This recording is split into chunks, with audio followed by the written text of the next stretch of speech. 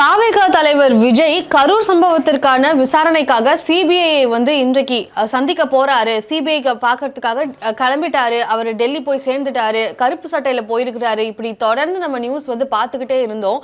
என்ன நடக்க போகுது, என்ன விசாரணை நடக்க போகுது, விஜய் அவர்கள் என்ன விசாரிக்க போறாங்க, என்ன கேள்விகள் கேட்பாங்க, இப்படி பல கேள்விகள் உங்ககிட்ட இருக்கலாம். ஆனா சிபிஐ இந்த கேள்விகளை தான் விஜய் கிட்ட கேட்க போறாரு அப்படின்ற மாதிரி சில செய்திகளானது நமக்கு கிடைச்சிருக்கு. 10 கேள்விகள் சிபிஐ விஜய் அவர்கள் கிட்ட நோக்கி கேட்க போறாங்க அப்படின்றதுதான் இன்றைக்கு நம்ம பார்க்க போற விஷயம்.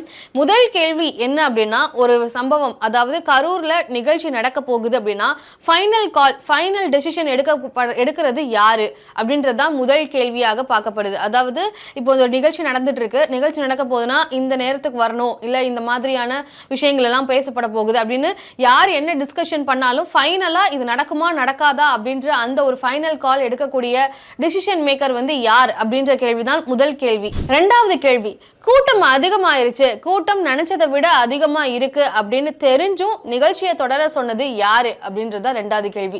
ஏன்னா புசியானந்த் அவர்கள்கிட்டையும் நிர்மல்குமார் அவர்கள்கிட்டையும் விசாரிச்ச போது கூட்டம் அதிகரிச்சிருச்சு அப்படின்றத மாவட்ட செயலாளர் கன்வே பண்ணிட்டாரு அப்படின்ற மாதிரி தான் செய்திகள் எல்லாம் வந்தது.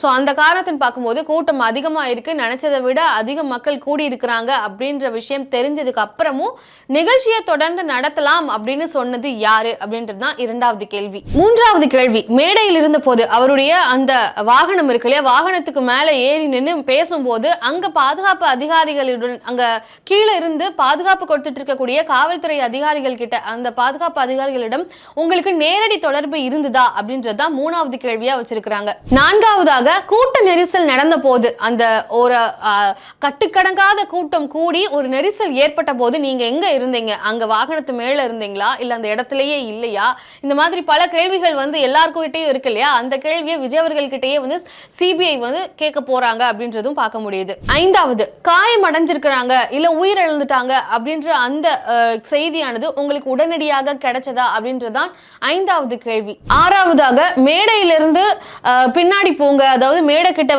அவ்வளோ பேர், மேடைன்னா நான் சொல்ற மாதிரி இந்த வாகனத்துக்கிட்ட மேல அவர் விஜய் இருக்கிறாருன்னு தெரிஞ்ச உடனே மக்கள் எல்லாரும் அந்த வாகனத்தை நோக்கி வர ஆரம்பிச்சிட்டாங்க. அங்கதான் கூட்ட நெரிசலுக்கான ஒரு அடிப்படை விஷயமா பார்க்கப்படுது. ஸோ அப்படி அந்த வாகனத்தை நோக்கி வரக்கூடிய மக்களை பின்னாடி போங்க, இங்க வராதீங்க, அமைதியா இருங்க அப்படின்னு இன்ஸ்ட்ரக்ட் பண்ணீங்களா, அப்படின்னு மக்களை அறிவுறுத்தினீங்களா, அந்த கூட்டத்தை கட்டுப்படுத்த முயற்சி பண்ணீங்களா அப்படின்றதுதான் ஆறாவது கேள்வியாக சிபிஐ விஜய் அவர்கள் கிட்ட வைக்க போறாங்க.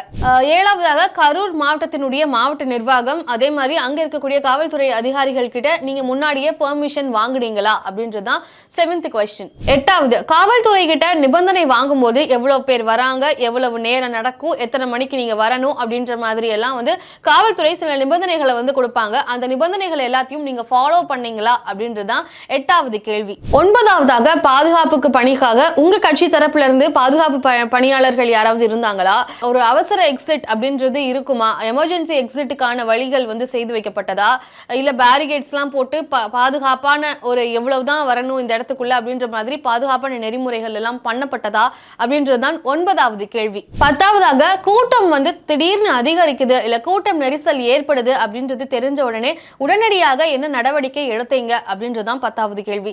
இந்த கேள்விகள் எல்லாம் சிபிஐ கண்டிப்பா விஜய் அவர்கள் கிட்ட கேட்பாங்க அப்படின்றதுதான் எதிர்பார்க்கப்படுது. இதெல்லாம் 10 கேள்விகள் கண்டிப்பாக இடம்பெறும் அப்படின்ற மாதிரி கிடைக்கப்பட்ட செய்திகள். ஏன் அப்படின்னா இந்த கேள்விகள் எல்லாருமே பல பேர்கிட்ட இருக்கக்கூடிய ஒரு கேள்வியாக தான் இருக்கும். பல டிஸ்கஷன்ஸ் நம்மளே தாவேகாவினுடைய ஸ்போக்ஸ் பர்சன்ஸ் கிட்டே கால் பண்ணி எல்லாம் பேசியாச்சு, நிறைய டிஸ்கஷன்ஸும் ஏற்படுத்திட்டோம். ஆனா இந்த கேள்விகள் எல்லாத்துக்குமே ஒரு தெளிவான விளக்க உரை அப்படின்றத கொடுக்கக்கூடிய ஒரே நபர் அப்படின்னா அது விஜய் அவர்கள் தான். ஸோ அவரே இதை தான் சிபிஐ நேரடியாக விசாரிக்க போறாங்க அப்படின்ற மாதிரி சொல்லப்படுது. ஸோ இந்த கூட்ட நெரிசல் ஏற்பட்டதெல்லாம் உங்களுக்கு கன்வே ஆச்சா, இல்ல நீங்க அந்த இடத்துல நிற்கும் போது நீங்க அதை கவனிச்சீங்களா, மக்கள் கிட்ட நீங்க தொடர்பு கொண்டீங்களா, இன்ஸ்ட்ரக்ட் பண்ணீங்களா, இல்ல எத்தனை மணிக்கு வந்தீங்க, இந்த மாதிரி பல கேள்வி இருக்கு. அதுக்கு எல்லாத்துக்கும் சிபிஐ கிட்ட விஜய் அவர்கள் நேரடியாக பதில் சொல்ல போறாரு அப்படின்றது தான் எதிர்பார்க்கப்படுது. ஸோ இன்றைக்கான மீட்டிங் நடந்ததுக்கு அப்புறமா இதை பத்தின செய்திகள் கிடைக்கலாம். ஆனா சிபிஐ இந்த கேள்விகள் எல்லாத்தையும் விஜய் அவர்கள் கிட்ட கேட்க போறாங்க அப்படின்றதுதான் இப்போதைக்கு கிடைக்கக்கூடிய தகவல். இதை பற்றி உங்களுடைய பார்வை என்ன? இந்த சந்திப்பு விஜய் அவர்களுக்கு எந்த மாதிரியான ஒரு தாக்கத்தை ஏற்படுத்தும்? இதுல டெல்லியை நோக்கி எல்லா 2ஆம் கட்ட தலைவர்களும் டெல்லிக்கு போயிருக்கிறாங்க. ஸோ என்ன நடக்க போகுது அப்படின்றத பொறுத்திருந்து பார்க்கலாம். நன்றி.